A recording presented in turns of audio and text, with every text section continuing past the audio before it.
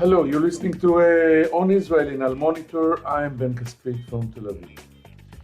Israel's new government under Prime Minister Naftali Bennett, I still haven't gotten used to this new name after 12 Netanyahu years, and Foreign Minister Yair Lapid, took its first hesitant steps last week. It's obviously way too soon to tell if it can survive and for how long, and what defense and security policies it will adopt. But there is one hope that many people are entertaining, that this change in government also marks the start of healing and reconciliation between Israel and the Jewish diaspora. The deep rift that developed during the Netanyahu era reached a point of almost open hostility, largely between Netanyahu's right-wing base and the vast majority of American Jews, most of whom are reform or conservative. This crisis peaked after the Netanyahu government caved under pressure from its ultra-Orthodox partners and backtracked on the historic arrangement allowing men and women to pray together at the Western Wall.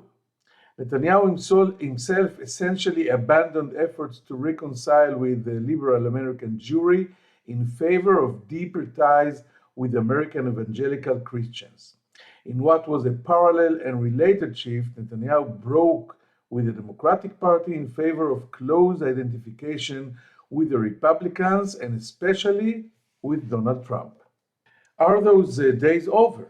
Can the new government reconcile with the US Jewish community, allow mixed prayer at the Western Wall, and find its way to the hearts of liberal American Jews, especially the young generation that is turning an increasingly cold shoulder to Israel? Will Israel return to its original liberal values, allowing freedom of worship for all its citizens and staying out of its citizens' personal lives? Can the reactionary spirit that has taken gradual hold of Israel be reversed? How can anyone be optimistic about these prospects when what we have here for the first time in Israeli history is a religious yarmulke wearing prime minister who holds distinctly right-wing views? Our guest today is a leading authority on these issues. Dr. Yizhar Hess was for many years the CEO of the conservative Judaism movement in Israel and currently serves as deputy chair of the World Zionist Organization. Hess is a strong critique of what he calls the hegemony of fundamental Judaism and an enthusiastic believer in reconciliation between liberal Judaism and Israel. We will talk about his hopes of the new government and other issues right after this brief break.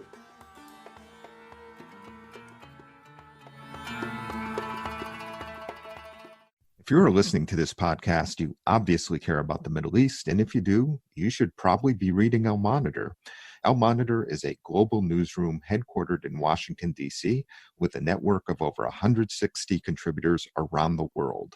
Al Monitor offers first-class reporting and analysis from a range of perspectives and an approach that represents the highest journalistic standards, as well as an award-winning commitment to press freedom and independence.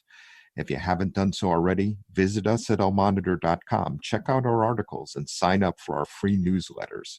There's a lot to choose from, including the Week in Review, an essay that offers unusual insights and forecasts into the region based upon Al Monitor's outstanding reporting. And if you haven't done so, please subscribe to our Al Monitor podcast on your favorite podcast platform, On Israel with Ben Caspit, and On the Middle East with me, Andrew Parasolidi.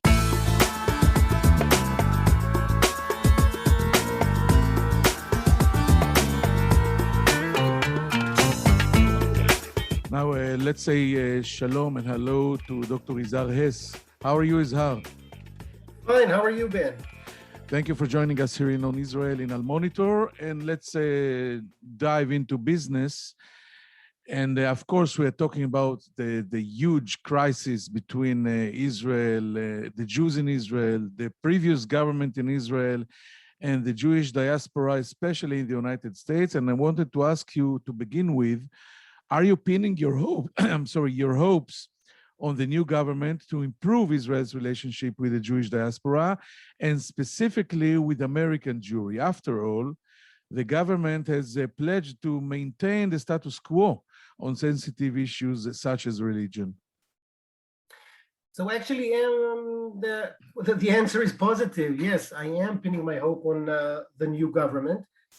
I think that in spite of the fact that there will not be revolutions vis-à-vis state and religion issues in this government, there are a few, I would call them low-hanging fruits that would be discussed and dealt with. And I would like to hope that the first one would be the Kotel agreement, to implement it. And I'm also a little bit optimistic about some other issues vis-à-vis some sort of civil marriage, maybe a reform with conversion and with kashrut. But if you talked about the rift between Israel and world Jewry, I think that one of the first acts symbolically and not only symbolically, but also content-wise would be the Kotel agreement.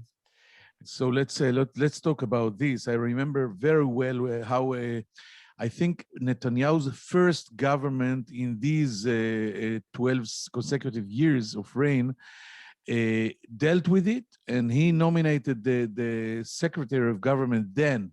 Now he's Attorney General Avichai Mandelblit to bring some format to settle this down.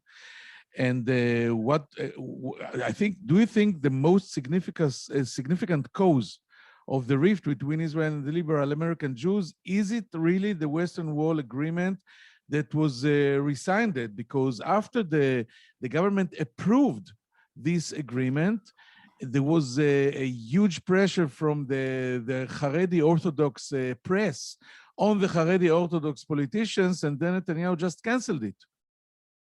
Indeed, we negotiated with the Netanyahu government for 4 years. It was Secretary Mandelblit and Chairman Sharansky that led this very interesting, intensive 4 years that we negotiated. And I must tell you that we even sat personally with Prime Minister Netanyahu for many times, not only with his teams. And I'm quite confident that he really wanted this deal to happen, to implement.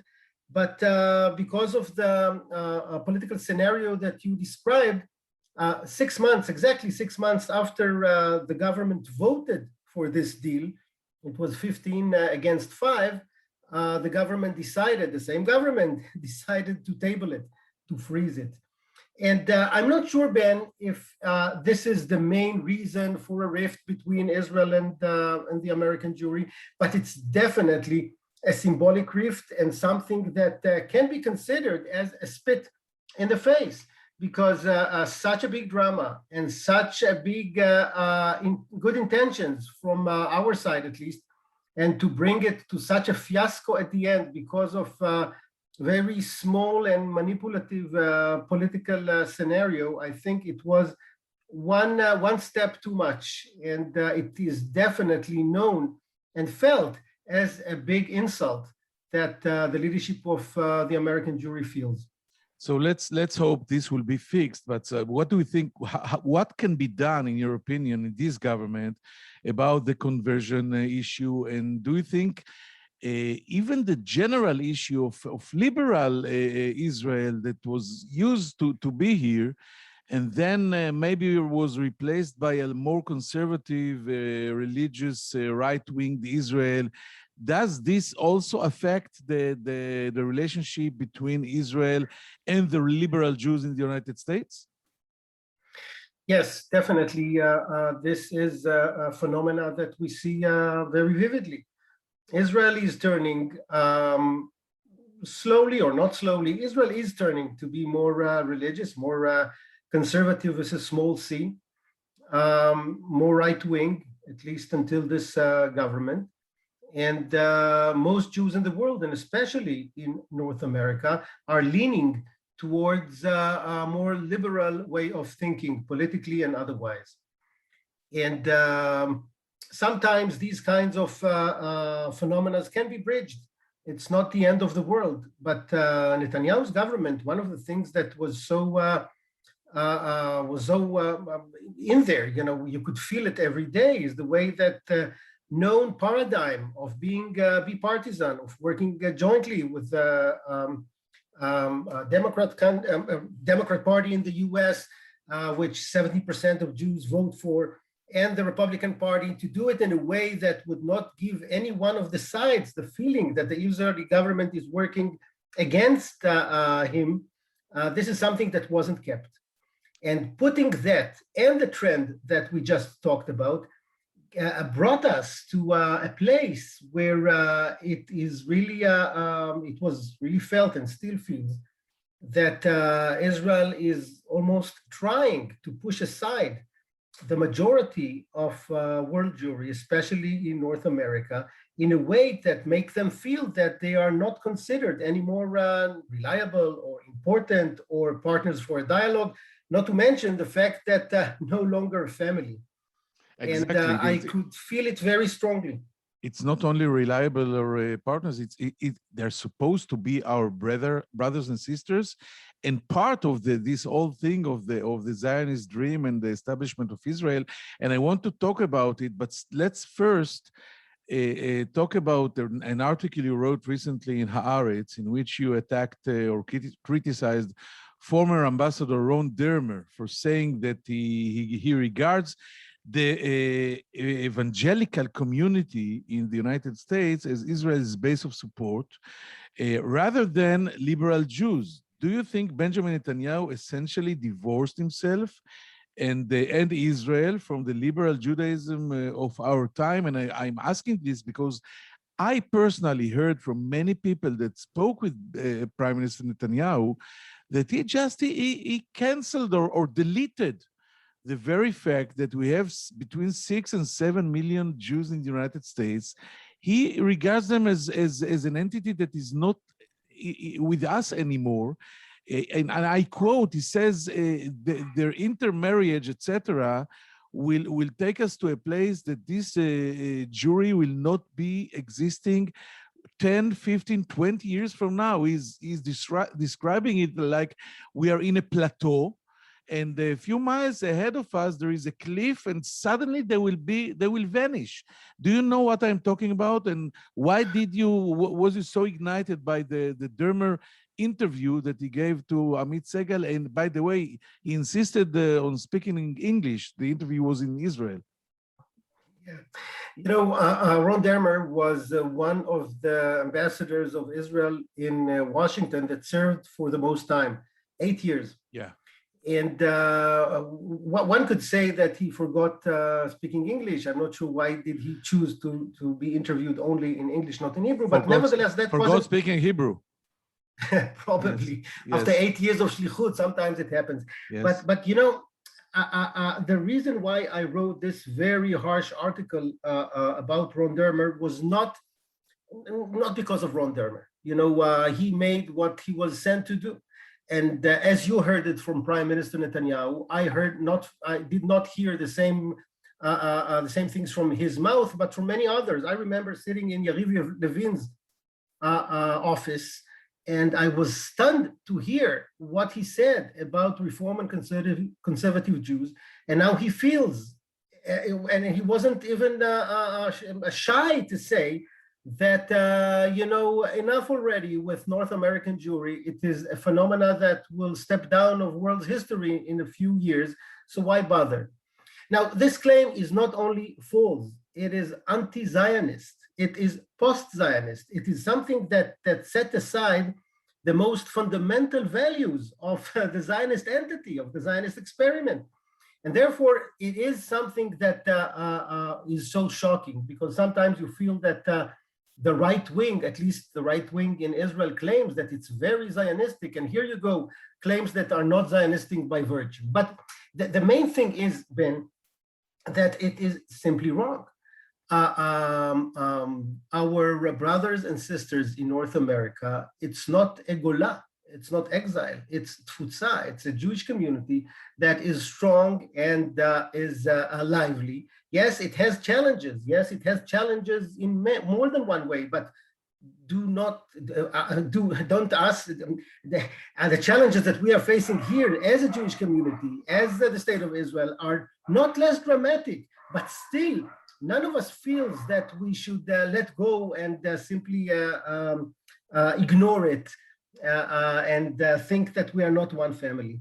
The fact that they decided so strongly in the last few years to stick to the evangelicals and to say, hey, the organization of Zionist evangelicals has 10 million people members. It's much more than Jewish America. Not only numbers. I'm sorry that I interrupt you. It's not only the numbers. That what the Prime Minister and his people are saying, it's they love Israel and support Israel unconditionally, right. Unlike many of the liberal Jews that criticize Israel and from time to time vote against Israel, etc. Yes, so they are more in numbers. They are nicer. They give us good treatment. So why bother with the Jews? So A, it is false. B, it's not Zionistic. But C, there was a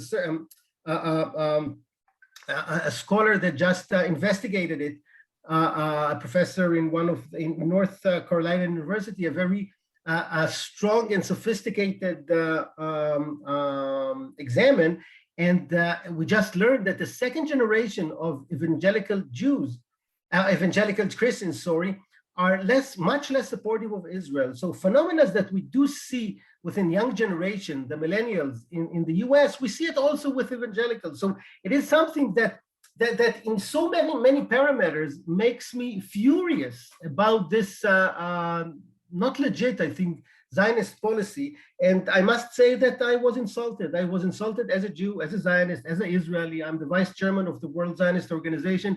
And to feel that an official, that the prime minister and one of our ambassadors is so strongly feels that if a Jew criticizes the state of Israel, he is less important to our nation. This is something that is simply insulting, not just, and something that I hope that the new government will be fixing. So it's interesting. I was not aware of it. You actually said that the second generation challenge exists not only among American Jews, but among everyone, even the evangelical Christians in the United States. So why see it and identify it only within the Jews? Okay, can you dive for me to numbers? There are a lot of theories about how many Jews are there in the United States, and maybe to cut them into the movements, the Orthodox, the Reform, the Conservative, how many of them are connected in any way to Israel, etc.? So there are between 14 to 17 million Jews in the world. It depends on the different demographer that you are asking, but about 6 to 7 million here in Israel, about 6 to 7.5, maybe 8 million in North America, depends whom you ask. And it basically means that the majority of the Jewish people live in two places, in Israel and in North America. Historically, one could find the metaphor of Babylon and Jerusalem, but and it has more than just a metaphor here. But definitely, when we talk about the Jewish people, this is where they are, and about 1.5 million, maybe 2 in other parts of the world. Now, within North American Jewry, the last survey that was published just a few weeks ago, the Pew survey, divides the number of Jews in North America to different streams, and about 35% of North American Jewry is Reform, about 17% is conservative. Orthodox Jews are about 9% only of Jews who live in North America, and the rest are not affiliated with any stream, or with one of very small streams, the Reconstructionist and the Renewal. It means that the vast majority of North American Jewry is affiliated with one of the non-Orthodox streams. Now, what is so important here, Ben, is to see how the fact is in Israel. In Israel, about 28% of the Jews would identify themselves with the Orthodox, either Haredi Orthodox or a Zionist knitted kippah Orthodox, or what is known as modern Orthodox. So it's about 28% in Israel, about 9% in North America. And it basically means that the smallest category of Jews in the world identify with Orthodoxy. They are not the majority, in spite of the fact that in Israel, some people think that even in Israel, or at least in Israel, this is the majority, which is simply not right. 7 to 8% in Israel identify themselves with either Reform or conservative Judaism, and it means that if Israel is the nation state of the Jewish people, it simply cannot ignore the costumes, the minhagim, the way of thinking, the outlook of the non-Orthodox Jewry, because if it does so, it means that it cannot say justly that this is the nation state of the Jewish people. It is as simple as that. I think no one will be able to answer it, but it's still a very good question. How many Jews will be in the United States 20 or 30 years from now, if we are talking about 50% or maybe more of intermarriage of Jews with Christians, etc.? Do you share the negative theory of Netanyahu that these Jews are going to disappear? Well, it is definitely something that I am fear for. This is something that we need to take into consideration and to think what can be done. It's definitely a huge challenge. To tell you that anyone could say what would happen in 10 or 20 or 30 years, it is something that is close to ridiculous, because we know that history doesn't work this way, and demography more than any other fields. And here we need to be creative. None of us knew in 1948 how many Jews would live in Israel in 1958. None of us could think in Germany of 1930 what would happen in Germany of 1950, how many Jews would live there. So it means basically that history has its own path. But I'm not talking about a catastrophe, God forbid, but it could be from a different angle. The North American Jewry, this tfutza, lives as a minority in a surrounding society that accepts that minority with dignity and with respect and with open arms. We know from history that it's not easy for any minority to have its own identity when the surrounding environment is so accepting. Having said that, maybe, and this is something not for my movement, for the conservative movement, definitely not for the Orthodox movement, but maybe for the Reform movement, to find the right solution that I think that they are working on and implementing on a daily basis, to see what can we offer as a Jewish people to couples that one of the sides of the couple isn't Jewish, either the man or the woman. And if indeed they are able, and they are working hard on it, if they are able to create a congregation that accepts these kinds of families and help them to raise their children Jewishly, I'm sure that in years to come, the Jewish people at large would find solutions for this, what we call today mixed families, because it begins and ends in education. And it might be then in 100 years from now, the way we would define what Judaism is and who is a Jew would be different than what it is today. We know that in biblical times, it wasn't by the mother, it was by the father. Then rabbinical Judaism created this halakha that we live by today, where it's only via the mother. But I can see, not in my movement, not in conservative Judaism, but I can see a way that the Jewish people at large would find a way to come to terms with the fact that today, in today's world, there is more than one way to define what is a Jewish family. And if indeed it works, and the head of the Reform movement calls this a policy, we need to accept these couples in audacious hospitality, Kabbalat Panim Nechusha, because that would determine how the Jewish people look like in years to come. And I must tell you, Ben, I am optimistic. I think that Judaism has a lot to offer. It has a lot to offer not only in days of catastrophe, it has a lot to offer in nowadays when we live in prosperity, when Jews in most parts of the world are not under attack, in spite of this anti-Semitism that we see today. And I think that in this kind of environment, we must be as creative as it could be in order to make sure that Jewish continuity indeed will definitely be part of our future in years to come. Talking about restoring the wounds or healing the wounds of between Israel and the Jews in the United States, what do you feel when you see the new government?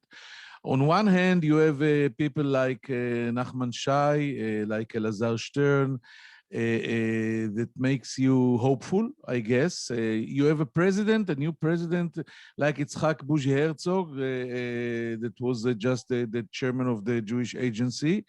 On the other hand, Prime Minister is a religious man called Naftali Bennett. He's not reform. So how do you see this new reality affects the relationship we're talking about?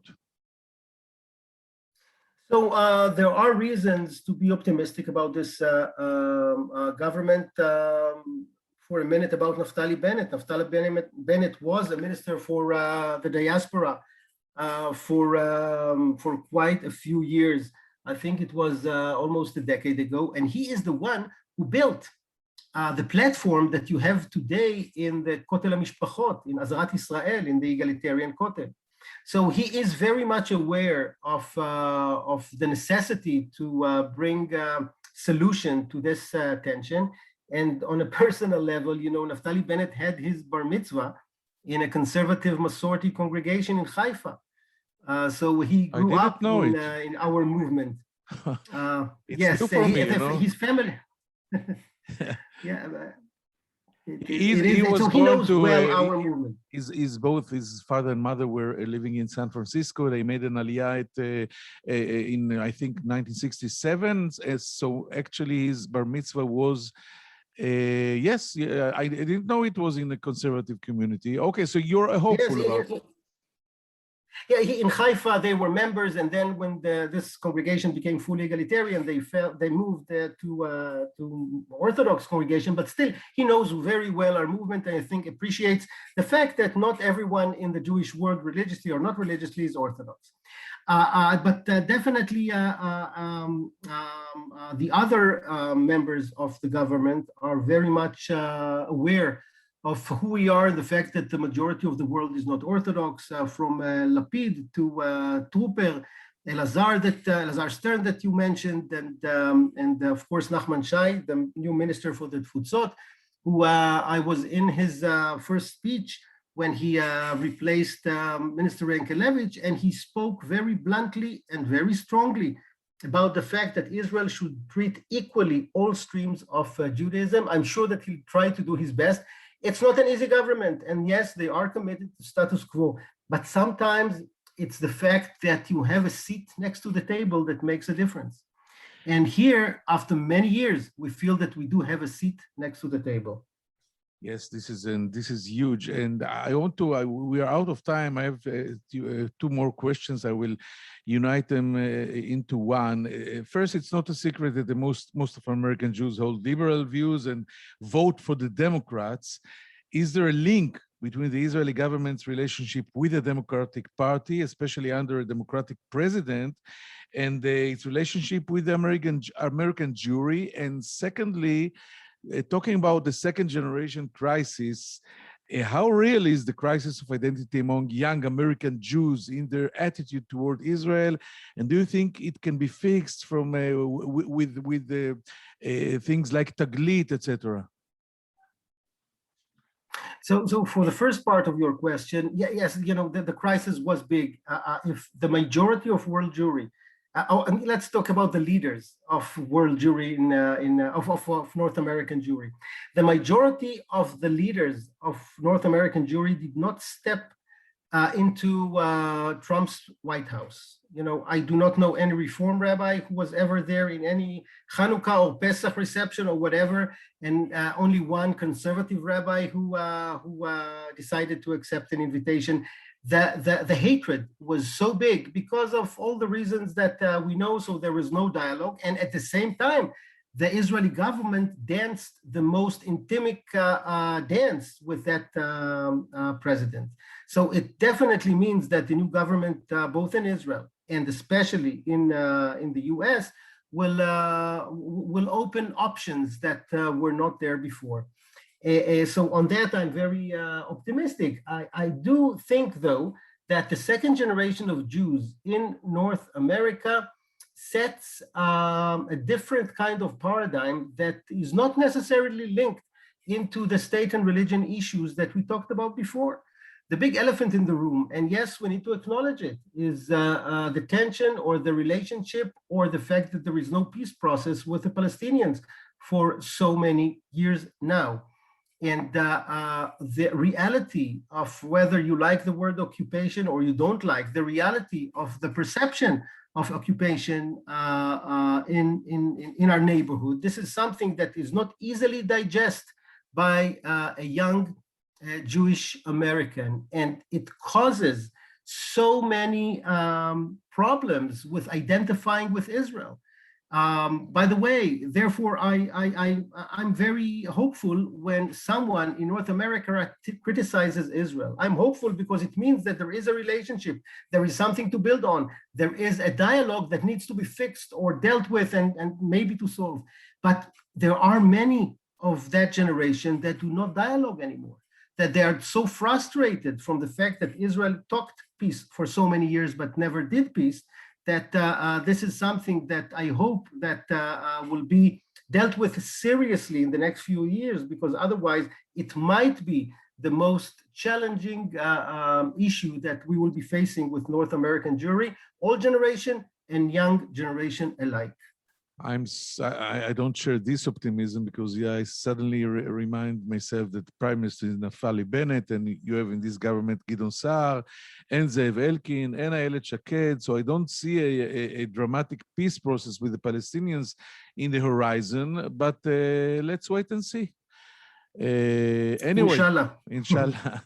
It was really fascinating. Dr. Yizhar Hess, I thank you very much for joining us today. And we'll take a short break right now and be back right after it with some final thoughts. Thank you, Yizhar. Toda. Toda rabba.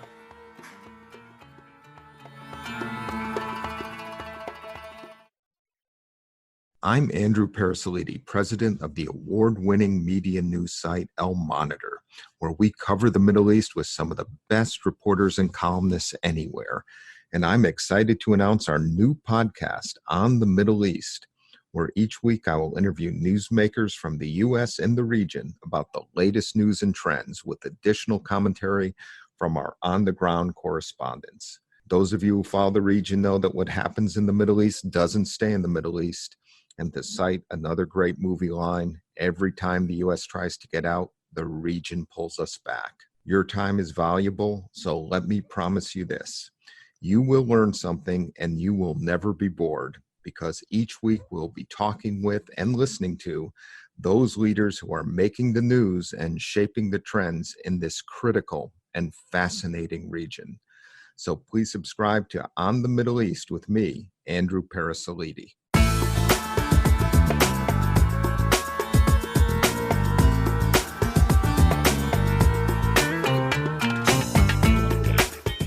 Thank you for staying with us. I think that our guest today, Dr. Yizhar Hess, the deputy chair of the World Zionist Organization, I think we can define his attitude right now to the huge crisis between Israel and the diaspora Jews as cautious optimism. First of all, if I'll make any analysis of this conversation, because it can never be worse.